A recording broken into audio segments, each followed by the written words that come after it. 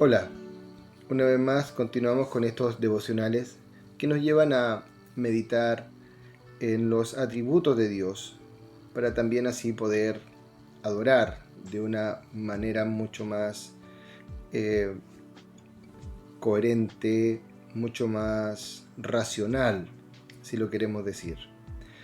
El apóstol Pedro, en el capítulo 1, primera de Pedro, capítulo 1 y el verso 2, él habla, ¿cierto?, de Pedro, apóstol de Jesucristo, a los expatriados de la dispersión de Ponto, Galacia, Capadocia, Asia, Bitinia, elegidos conforme al previo conocimiento de Dios Padre por la santificación del Espíritu, para obedecer a Jesucristo y ser rociados con su sangre, gracia y paz os sean multiplicadas. Sin duda que a través de la historia han habido muchas controversias respecto de el conocimiento que Dios tiene y también muchas preguntas respecto de cómo es que este Dios permite que unos pocos sean los que se salven y otros no, si es que Él tiene todo ese conocimiento. Desde la perspectiva del tiempo, de la historia, sin duda que se han sostenido diversas controversias respecto de ello. ¿Ya? Diríamos que tenemos que siempre tener en cuenta todo el texto bíblico cuando analizamos temas que a veces son un poco difíciles de trabajarlos, de poder tener un conocimiento más acabado. Se necesita mucho más tiempo para poder también saber, ¿cierto? Y ir aprendiendo desde la palabra de Dios lo que ella, ¿cierto?, se revela a sí misma. Ya entendemos que no está basada en los libros que se puedan haber escrito respecto a algún tema, sino en ir analizando desde la misma palabra de Dios estos conceptos. ¿Ya? Nosotros entendemos la palabra presciencia como conocer de antemano, ¿ya? Y es la pronta respuesta que muchos podemos tener, pero no deberíamos juzgar precipitadamente, ¿cierto?, este concepto, ni tampoco aceptar algunas definiciones que parezcan definitivas porque a lo mejor los diccionarios la han traducido y han buscado el término etimológico de estas palabras, ¿ya? Hay muchas palabras dentro del texto bíblico que si uno las mira solamente así de pasada, ¿cierto?, podríamos equivocarnos en su significado. Prueba de ello es, por ejemplo, la palabra carne, que en el griego de sarx, pero ya sabemos, ¿cierto?, que cuando la Biblia habla de carne no se está refiriendo a la carne necesariamente que vendían en algún lugar, ¿cierto?, establecido para vender carnes, sino que en el texto bíblico nosotros encontramos que en muchas oportunidades el término allí tiene que ver con la carnalidad, con el cuerpo, ¿cierto? Nuestra carnalidad, nuestro estado pecaminoso, este estado de vivir en la carne, ¿ya?, es diferente, ¿cierto? Y entendemos que allí el concepto bíblico nos aclara cuando se refiere a una de estas dos explicaciones que podemos tener de ese término. El término mundo y así otros términos más, ¿ya? Por lo tanto, cuando nosotros miramos la palabra preconocimiento, ¿cierto?, que es la versión española que se traduce, ¿cierto?, o conocer antes, ¿ya?, que de paso, ¿cierto?, no aparece en el Antiguo Testamento, pero se asocia frecuentemente, ¿cierto?, al término de conocer. Cuando es usado en relación con Dios significa que a menudo mira con favor, ¿ya? El hecho de que Dios nos mire con favor, nos conozca de antemano, conozca todo lo que nosotros somos, conozca lo que nosotros hacemos, lo que cada uno de nosotros vive en su intimidad. Dios ya lo conoce, Dios ya sabe lo que uno está pensando internamente, ya, eso sin duda que porque Él lo sabe todo, Dios sí lo sabe todo.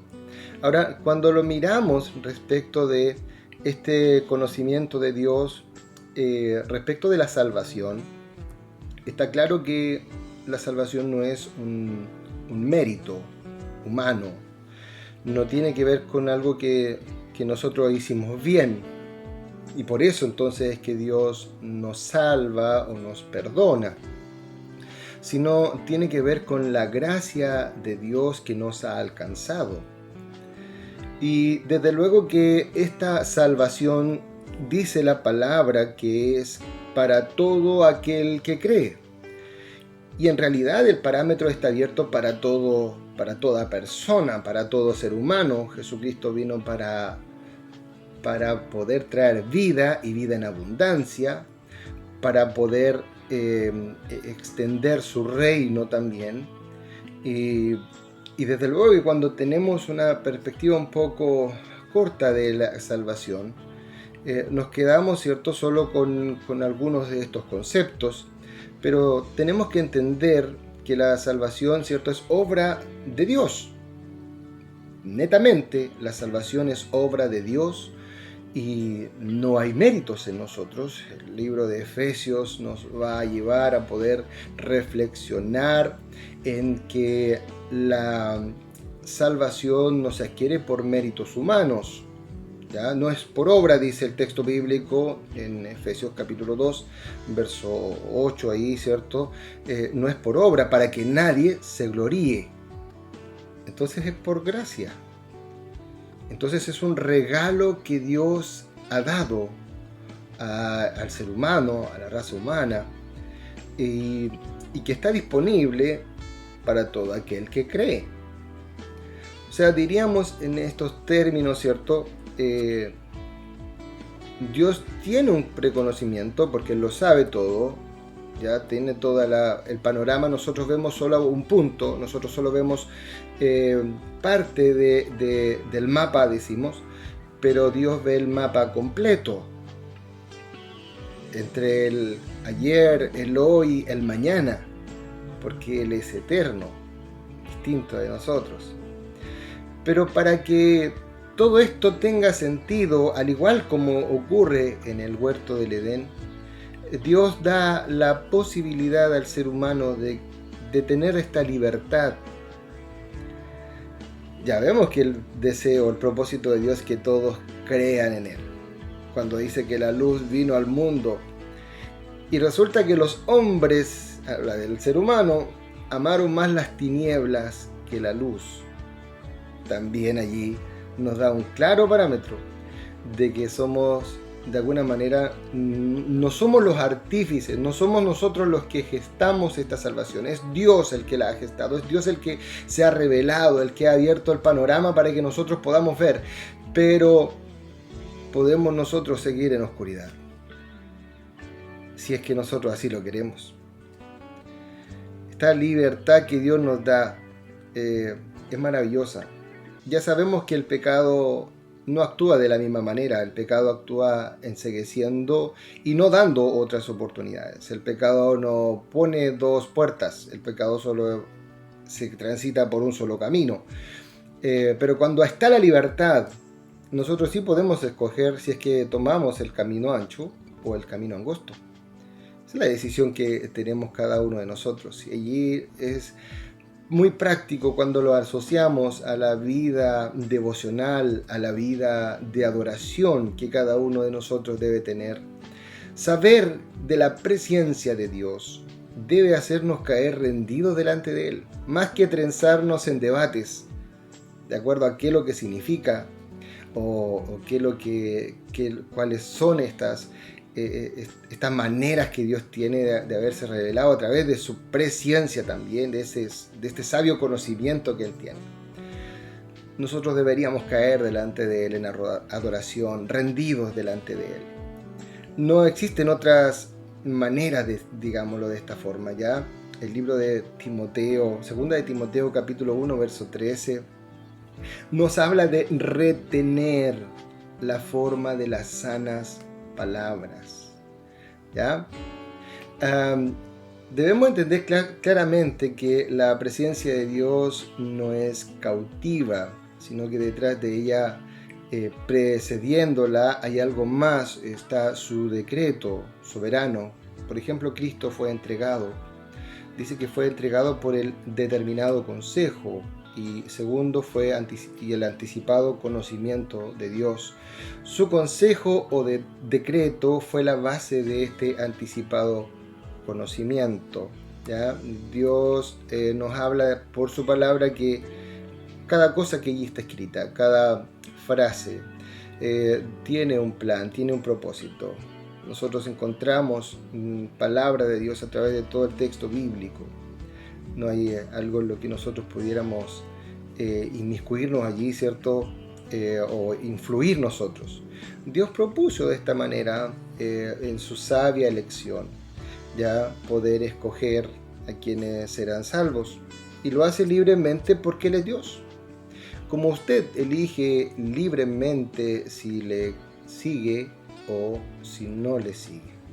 Esta es parte de lo que nosotros tenemos en nuestra vida. Y desde luego que respecto a la adoración, esto debe llevarnos también a la meditación de cómo nosotros adoramos a Dios, cuáles son nuestras maneras que tenemos para adorarle, cuáles son las formas que hemos adquirido durante los tiempos, y hacer un poco más crítico acerca de aquellas expresiones que tenemos de adoración, ¿ya? O esto que nosotros llamamos tiempos de adoración, cómo nosotros tenemos que influir también, cómo nosotros tenemos que plantearnos este desafío en nuestra propia vida, mirando, ¿cierto?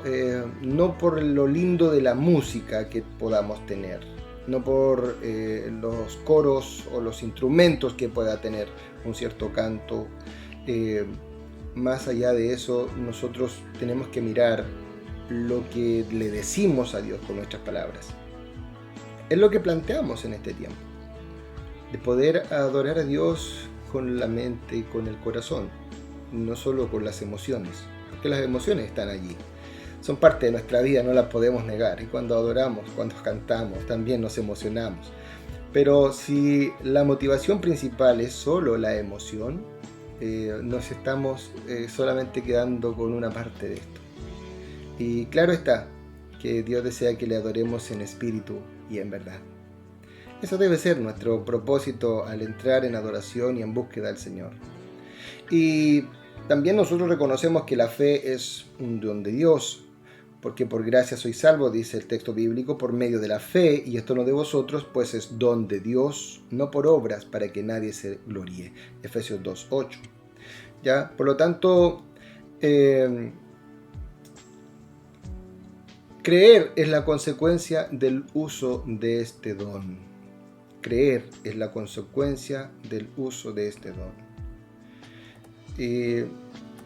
Tenemos suficiente material, suficiente respuesta desde la palabra de Dios, que nos invita a poder adorarle por este hermoso atributo de que Él lo sabe todo. Y este atributo de que Él lo sabe todo también debe llevarnos a una vida en santidad. Esta es la propuesta. Si sabemos que Dios lo sabe todo, nuestra vida debe ser una vida en santidad, y hay que dejar ciertas cosas para eso. Y hay que entender que estamos delante de Dios, como dice la Biblia, ¿cierto? Todos nosotros estamos delante de Dios siempre. Siempre. No solo en ese momento cuando tú estás levantando las manos o estás cantando una canción. Es importante que tengamos estos conceptos claros en nuestra vida. Él lo sabe todo, lo conoce todo. Pero es allí donde desea revelarse también a nuestras vidas, y que por este conocimiento que nosotros tenemos, porque Dios lo ha dado, le adoremos, caigamos rendidos en adoración. Que sea un motivo especial, la presencia de Dios también sea un motivo para adorar. Entender que este Dios lo sabe todo nos debe hacer caer rendidos delante de Él. Os vuelvo a decir. Y esto, queridos, es el momento para hacerlo hoy también. Hay muchas situaciones que nos llevan a vivir vidas demasiado rápidas, demasiado sin sentidos. Pero cuando vamos meditando en todo esto, le encontramos sentido a muchas cosas. Y adorar a Dios es maravilloso. Pero hay que hacerlo con la razón, con el corazón, con todo lo que somos. la adoración es algo que hacemos siempre. Que Dios te bendiga.